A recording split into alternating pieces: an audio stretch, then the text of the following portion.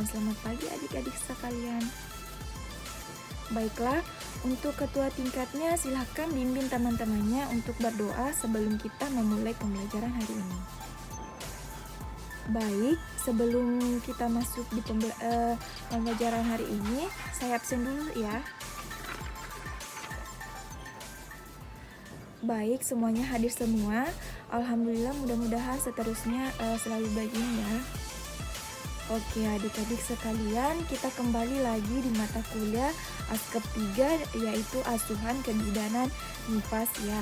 Dengan saya Sri Wahyuni. Jadi adik-adik sekalian, hari ini adalah pertemuan kedua. Jadi apakah kalian masih ingat tentang materi minggu lalu? Apa coba? Kita membahas apa? Ya betul, minggu lalu kita bahas tentang konsep dasar nifas. Jadi di sini ada yang bisa jelaskan apa sih itu masa nifas? Ya betul. Dan ada yang bisa sebutkan tujuan asuhan masa nifas? Oke. Ada yang bisa sebutkan peran dan tanggung jawab dalam masa nifas, anak-anak? Oke. Ya betul sekali ya, bagus. Saya rasa semuanya masih ingat tentang pembelajaran kita sebelumnya. Jadi adik-adik sekalian, hari ini itu kita akan membahas tentang proses adaptasi psikologis ibu dalam masa nifas. Di mana tujuan pembelajaran kita yaitu yang pertama ada adaptasi psikologis ibu dalam masa nifas, yang kedua ada postpartum blues, yang ketiga ada kesedihan dan duka cita, dan yang terakhir itu ada depresi postpartum.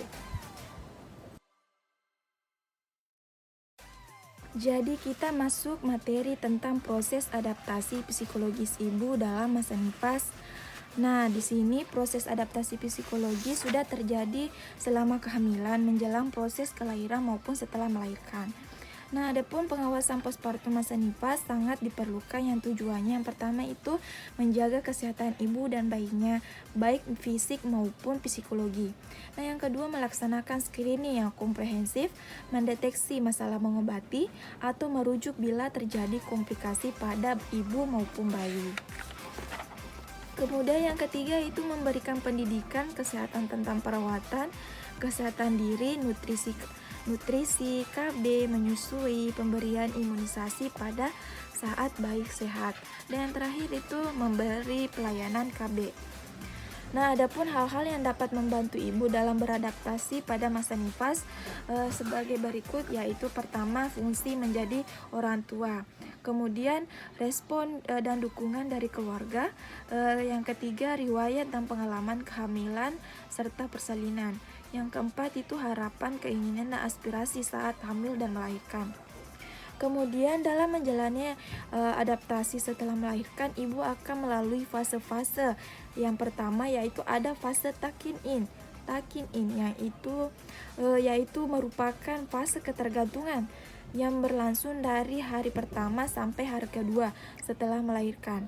Nah, di sini ibu terfokus pada dirinya sendiri sehingga cenderung pasif terhadap lingkungannya. Kemudian gangguan psikologis yang dapat dialami ibu pada fase ini, yang pertama itu ada kekecewaan pada bayinya, yang kemudian ketidaknyamanan sebagai akibat perubahan fisik yang dialami. Kemudian yang ketiga yaitu rasa bersalah karena belum bisa menyusui bayinya. Kemudian kritikan suami atau keluarga tentang perawatan bayinya kepada ibu.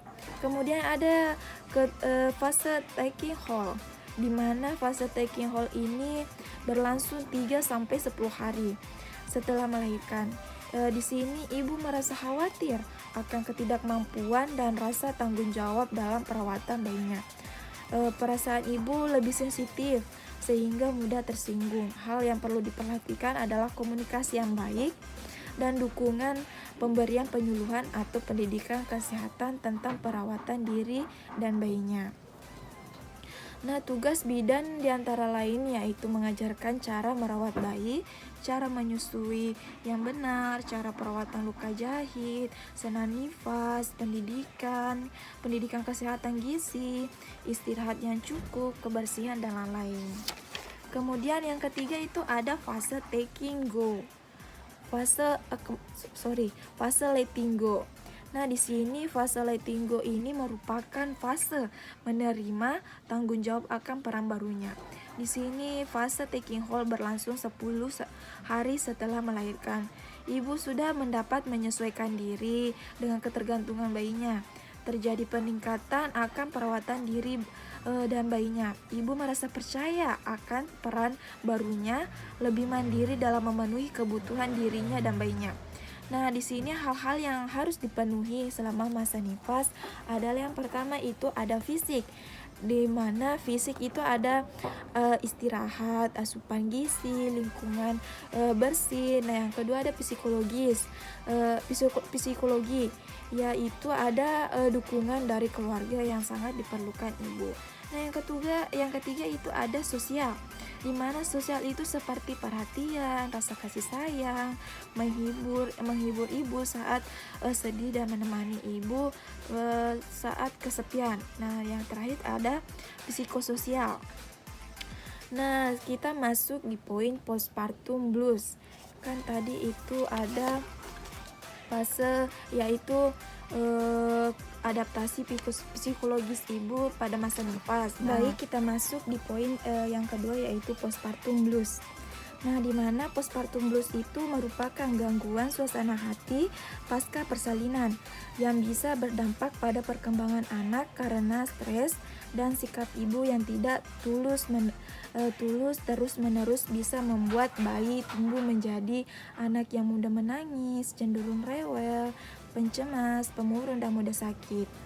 Nah, adapun faktor-faktor penyebab postpartum blues itu yang pertama ada faktor yang berhubungan dengan perubahan kadar estrogen, progesteron, prolaktin, dan estradiol. Nah, yang kedua pengalaman dalam proses kehamilan dan persalinan. Yang ketiga latar belakang psikososial ibu. Nah, yang keempat takut kehilangan bayinya atau kecewa dengan bayinya. Nah, kemudian ada beberapa hal yang menyebabkan postpartum blues yang menonjol. Yang pertama itu ada lingkungan melahirkan yang dirasakan kurang nyaman, kurangnya dukungan dari keluarga maupun suami. Nah, sejarah keluarga atau pribadi yang mengalami gangguan psikologis. Nah, yang keempat itu ada hubungan seks yang kurang menyenangkan setelah pasca persalinan. Kemudian ada gejala-gejala postpartum blues. Yang pertama itu sering tiba-tiba menangis karena merasa tidak bahagia, tidak sabar, penakut, tidak mau makan, tidak mau bicara, sakit kepala yang sering bergantian dengan mood. Kemudian mudah tersinggung, merasa terlalu sensitif dan cemas berlebihan, tidak bergairah, tidak percaya diri, tidak mampu berkonsentrasi, merasa tidak mempunyai ikatan batin dengan si kecil yang baru saja dilahirkan. Kemudian adapun cara mengatasi postpartum blues itu secara garis besar dapat dikatakan bahwa dibutuhkan penanganan di tingkat perilaku, emosional, intelektual, sosial, dan psikologis secara bersama-sama dengan melibatkan lingkungannya, yaitu dengan suami, keluarga, dan juga teman terdekatnya. Hal-hal yang dapat cara mengatasi gangguan psikologis pada masa nifas dengan postpartum blues ada dua cara, yaitu yang pertama dengan cara pendekatan komunikasi terapeutik. Tujuan dari sini yaitu komunikasi terapeutik adalah menciptakan hubungan baik antara bidan dengan pasien dalam rangka kesembuhannya. Dengan cara yang pertama, kita itu bisa mendorong pasien mampu meredakan segala ketegangan emosi, dapat memahami dirinya sendiri, dapat mendukung tindakan konstruktif. Nah, yang kedua yaitu dengan cara peningkatan support mental. Yang pertama itu sekali-kali kita itu meminta suami untuk membantu dalam mengerjakan pekerjaan rumah seperti yaitu membantu mengurus bayinya, memasak, menyiapkan susu dan yang lain-lain. Yang kedua yaitu memanggil orang tua ibu agar bisa menemani ibu dalam menghadapi kesibukan merawat bayinya. Kemudian yang ketiga itu suami seharusnya tahu permasalahan yang dihadapi istrinya dan lebih perhatian terhadap istrinya. Nah, adapun cara mencegah postpartum blues ini yang pertama kita itu pelajari diri sendiri, di mana kita mempelajari diri dan mencari informasi mengenai apa sih itu postpartum blues, sehingga Anda sadar terhadap kondisi sendiri. Apabila terjadi, maka Anda segera mendapatkan bantuan secepatnya. Nah, yang kedua yaitu tidur dan makan yang cukup. Di sini kita melakukan diet nutrisi cukup penting untuk kesehatan. Lakukan usaha yang terbaik dengan makan dan tidur yang cukup. Keduanya penting dalam periode postpartum dan kehamilan. Nah, yang ketiga itu ada olahraga. Olahraga di sini kuncinya untuk mengurangi postpartum. Lakukan peregangan selama 15 menit dengan berjalan setiap hari. Nah, yang selanjutnya itu hindari perubahan hidup sebelum atau sesudah melahirkan. Maksudnya di sini jika memungkinkan hindari membuat keputusan besar seperti membeli rumah atau pindah kerja sebelum atau melahirkan. Nah, yang selanjutnya beritahukan perasaan.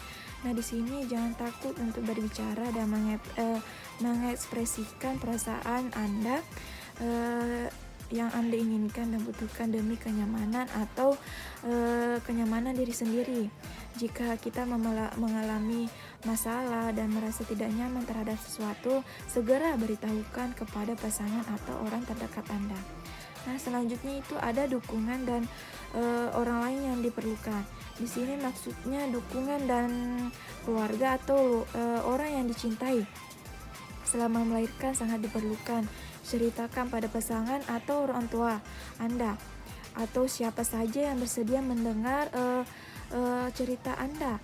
Yakinkan diri Anda bahwa mereka akan selalu berada di sisi Anda setiap mengalami kesulitan.